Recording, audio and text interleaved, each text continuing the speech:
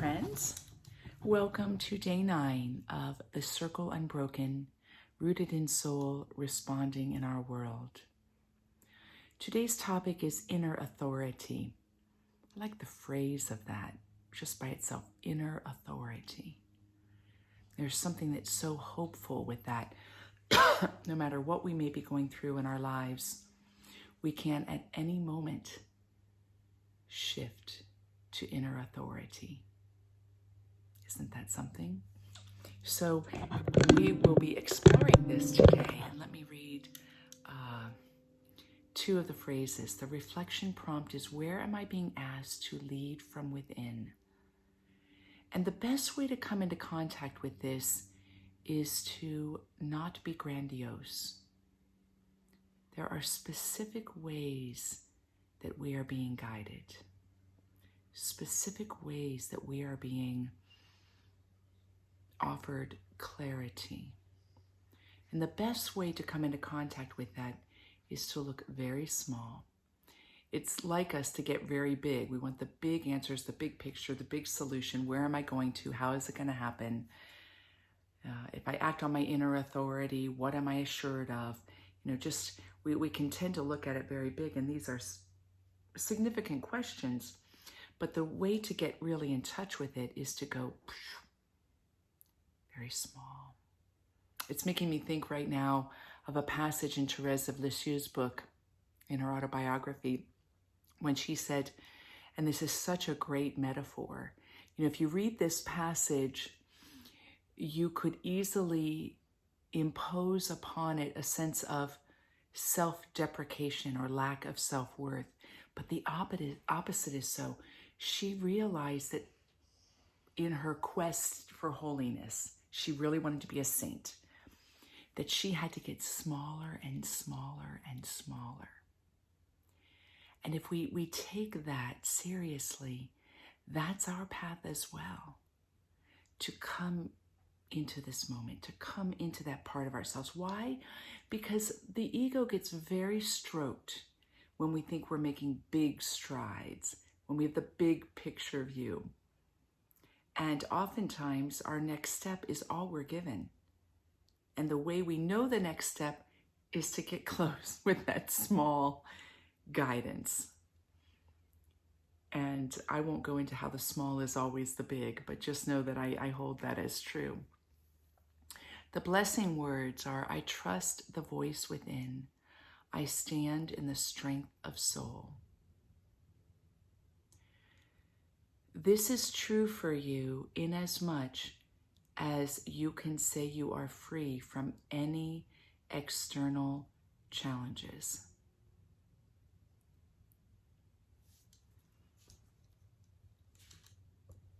How does that land on you? So if you are wrestling with anything, you are still in the process of learning those blessing words. I trust the voice within.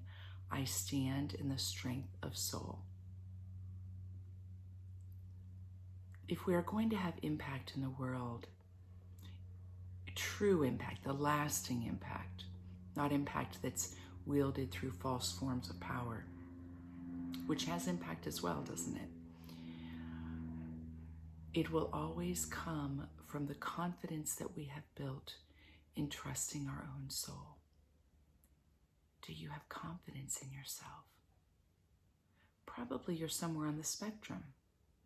You're probably not 100%. You may be. I don't want to make a judgment. But most likely you're not 100% at this point.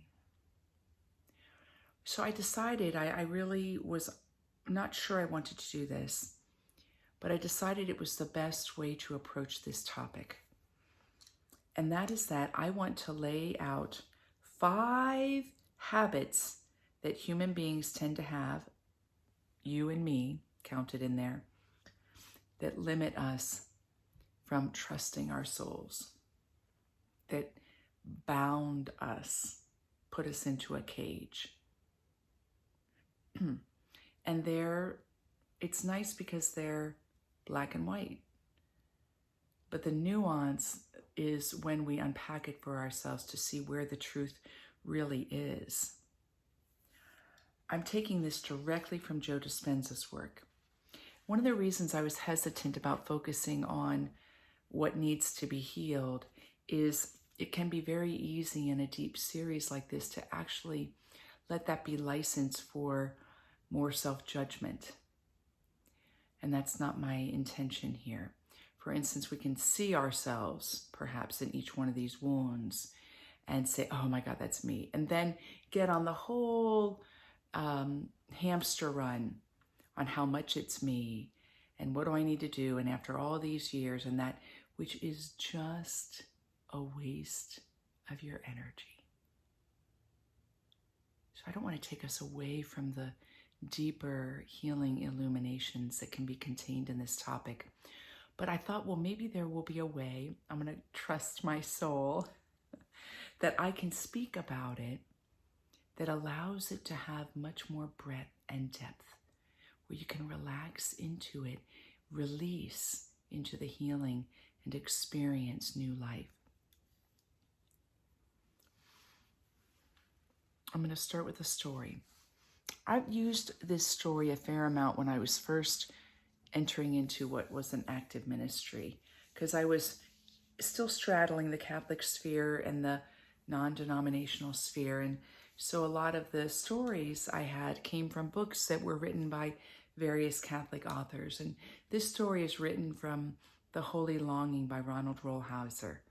I've not revisited any of these books. I can't say whether I stand behind the overarching theology or not because of how much I've changed in the past 25 years. So this is not a commentary on the book itself.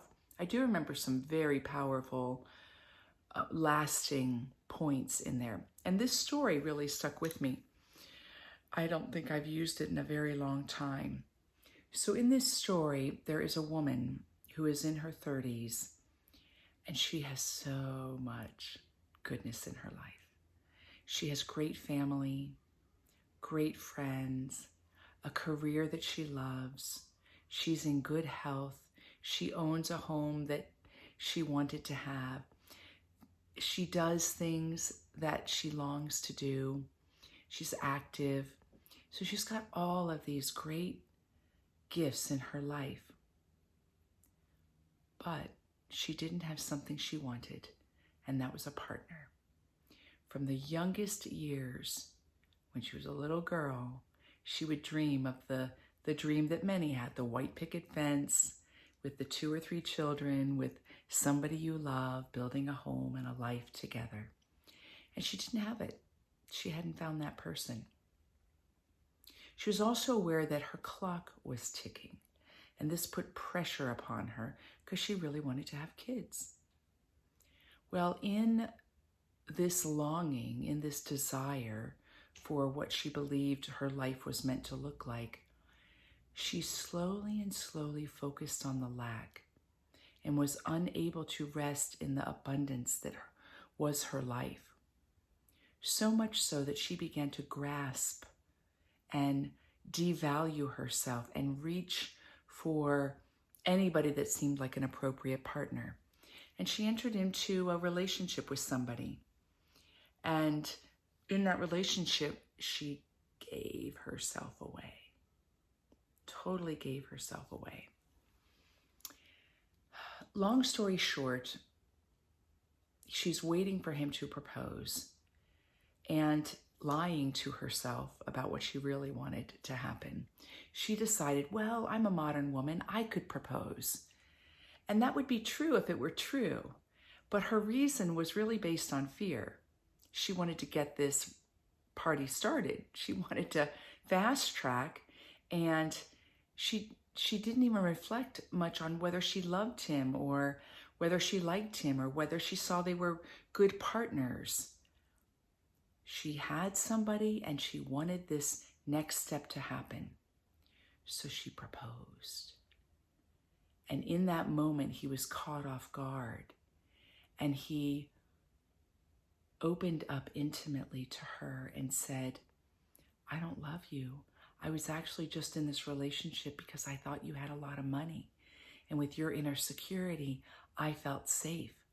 So he confided in her his duplicity. Well, in that moment, because she had placed all her energy in this. Ignoring all the other great abundance and all her energy was there. What happened to her? Her nervous system, she snapped. She snapped. She was even found in a Catholic church trying to pull the tabernacle off of its resting place. Of course, it was bolted down. She just had a moment of going berserk, losing all faith, losing her sense of decorum. And she found herself in a hospital, sedated. And during that time of needed therapy, she awakened to the wholeness of herself.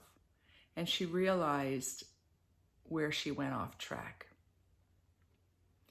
Well, during that time, when she was still hospitalized, this man came in with flowers and he apologized for what he said.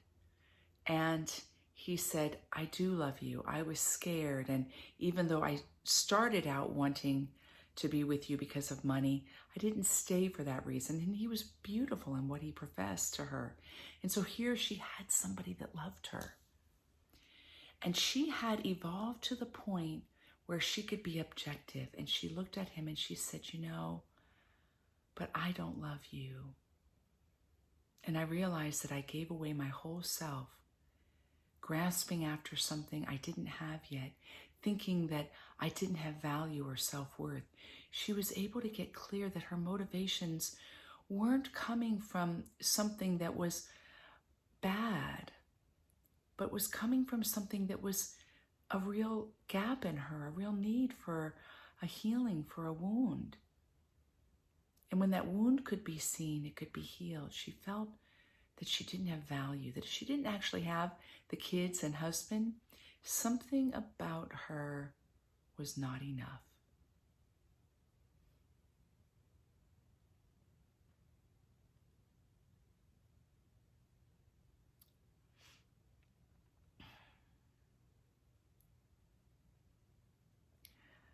Wounds, they ask for attention, not protection. We can spend our life protecting wounds, responding unconsciously with a certain defensiveness. But wounds become aware, they come into our awareness when they want attention. And inner strength is not being untouchable, because wounds, when we protect, we become defensive. We don't want to be touched. It's not a matter of becoming untouchable. Inner strength makes us completely open to be touchable, and in light of that, we become unshakable. So I want to do a whirlwind download on you, because I know this reflection is going longer than most of them, to lay out the 5 habits that Joe Dispenza has outlined as needing to change if we are to access our inner authority, to trust our soul, to have the courage to live from that place. And I'm going to read a little bit of this just so I hit the nail on the head. And I can't spend a lot of time going into each one of them. Each one could be its own workshop. The first habit, over-apologizing. If we have the habit of expressing a thought and apologizing for being too much, apologize for being too little, apologize for even having an opinion, apologize for existing, it reinforces a deep wound, a guilt we have for our very existence. If you over-apologize, you are not doing anyone any good, including yourself. You are simply reinforcing something within you that questions the validity of your own existence. And over-apologizing reinforces our guilt that it's not okay to be here, to take up space. Apologizing for taking up space. Joe says you don't need to apologize for expressing a thought, taking up space, having opinion, learning out loud, taking time. You do not need to apologize for these things. Rewire yourself to move away from that habit. Number 2, people pleasing. This has been a catchphrase over the years. I hear so many people say, oh, I'm healing from people pleasing, because there's a lot of truth to it, truth be told. But let's not make it a slogan for ourselves. Let's actually heal the wound. If you say yes when you mean no, it's really coming from a place of fear of rejection or fear of being too difficult or any range of fears. It's not being nice. Do you feel like your emotions or your needs may be too big, so you adapt? Do you read the room instead of reading yourself? When you people please, you are looking for validation in order to feel safe. The more you betray your inner world to protect others, the more you distance yourself from your authentic self. And you know, when you lead in this way, you actually train people to treat you this way. People will mirror back what this inner belief is with you. When your survival depended on approval of those that had physical and emotional authority, and you didn't get that kind of healthy validation, which most children don't. There are cases where trauma is objectively greater, but for the most part, parents fail to give validation in key moments. When you equate it with safety in this way, you wire your brain to act this way. But remember that the brain is neuroplastic. You can rewire the brain. The brain is made to change. Name it and open to it. Don't let it be a slogan. Step away. The slogan's my take on this. It's not Joe's. The third one, seeking external validation. There is a hunger within us to feel that we are enough, that we are good, that we have value in this world. Validation is not a weakness. It becomes a weakness when we prioritize it, when we're motivated by it to the exclusion of everything else. Validation is not about attention. If you see somebody that is an attention grabber for the sake of validation, if you are that way in some way, it's not about attention. It's about a deep wound around belonging. Doesn't that soften that? It really offers some nice context. Notice if you speak in order to be liked instead of in order to be heard. Notice if you're elated when you get validation and if you feel empty when you do not get validation, when you're putting yourself out there. Because this attachment, when your brain is wired this way, it erodes your sense of identity. Your call here is to shift, to lead internally. The fourth, being easily offended. Easily offended is not about being weak. You can't manhandle or womanhandle yourself. Oh, I'm just easily offended. Like, that's weakness. It's about not having a guarded nervous system. So your nervous system is actually unguarded through trauma. Your sense of self is fragile. And anything that challenges feels like a threat. So in the limbic brain, the response, fight or flight or freeze, it responds to whether it's a perceived threat or a real threat. So if everything that's a challenge threatens your sense of identity, your limbic system is going to reinforce that. It's going to respond with this need for safety. When you are easily offended, it is touching something that needs resolved. Usually it has to do with self-doubt or self-worth. See these things for what they are. See them for what they are. And the fifth one is lack of boundaries. It is where you give parts of yourself away. It's a failure to honor your own limits. You are an afterthought in your own life. what underlies this? Fear of rejection. Your nervous system gets activated even when it's not warranted, when you have a lack of boundaries. Boundaries isn't about creating a judgment. I've oftentimes not used language around boundaries. So when something is unhealthy in your life, oftentimes I'm reticent to say you need to create a boundary if I'm working with somebody, and even myself. Because I have seen over and again where people say, I'm protecting myself, I'm creating a boundary, which is actually creating separation or division.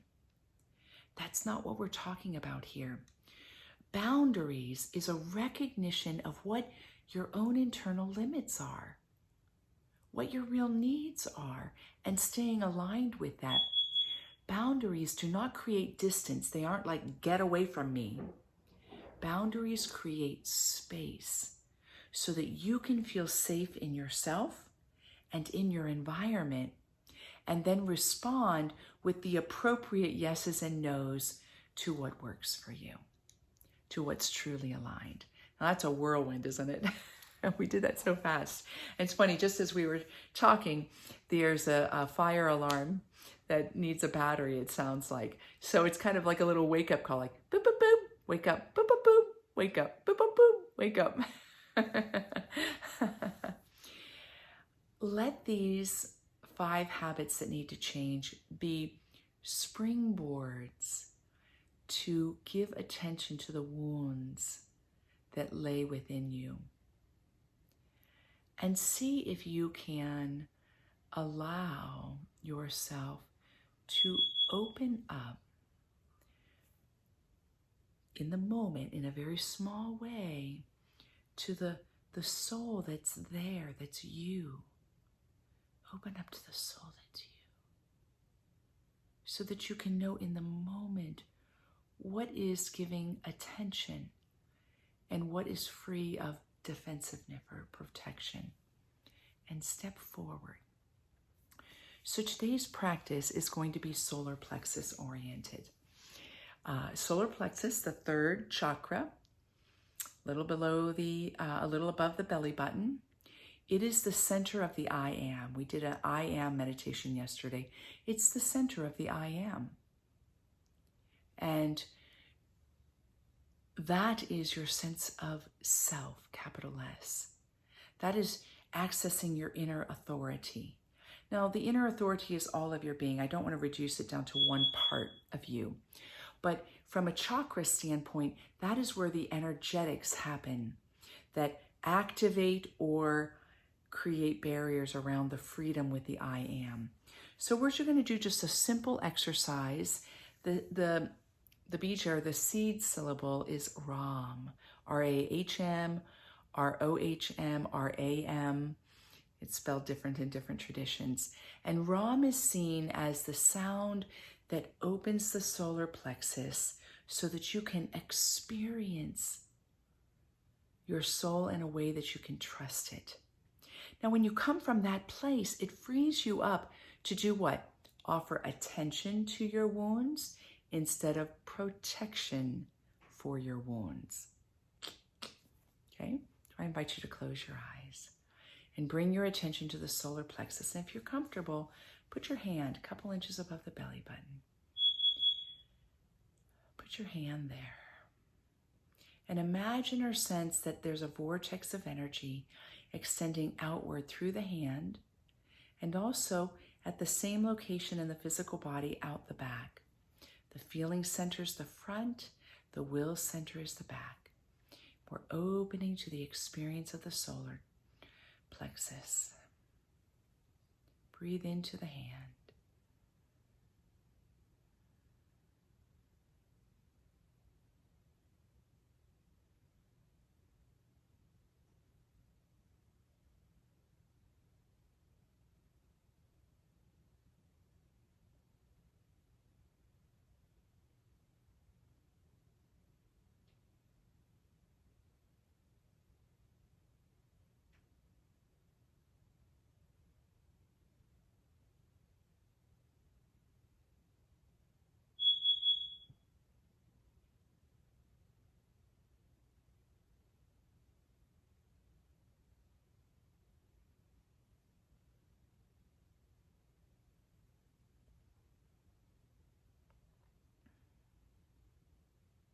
And keeping your focus there. On the inhale, allow the body to expand from this point. And if you want, allow the sense of a light getting brighter. Inhaling, light is getting brighter. And then on the exhale, the light's not dimming or contracting, but the light is actually moving from you outward into the world. So inhaling, the light is getting brighter in the solar plexus. And exhale, as the body contracts, the light is moving out into our world. Let's keep the focus there.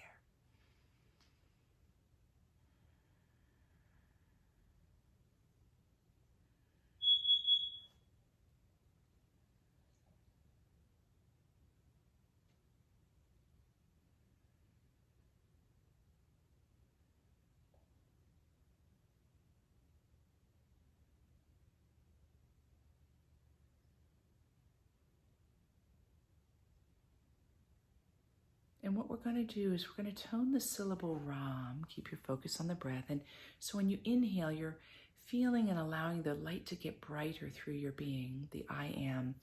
You do not have to prove that your existence has value.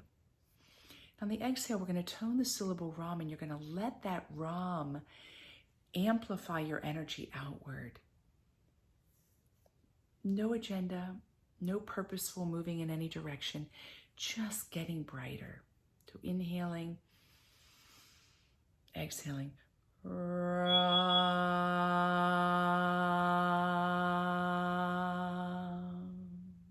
Inhale.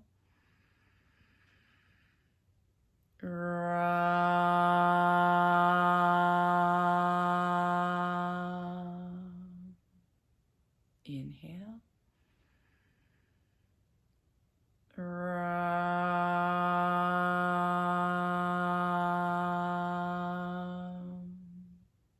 Inhale. Inhale.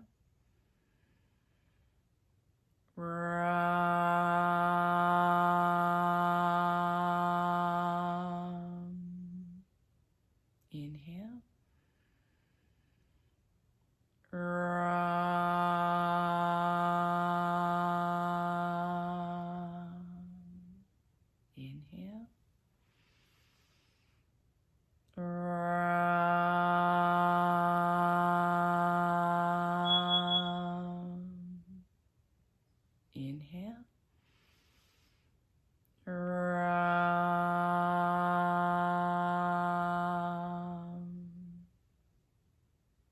Inhale.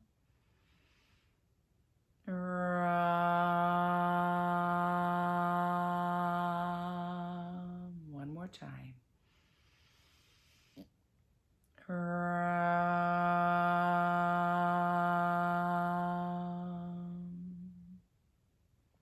Relax the hand, relax the breath. And gently and quietly say to yourself, I am enough.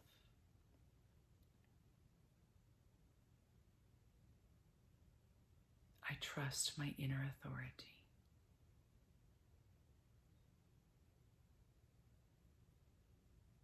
And then bring the palms together in front of the heart and open the eyes with Namaste. Namaste. Great to be with you. Have a great day.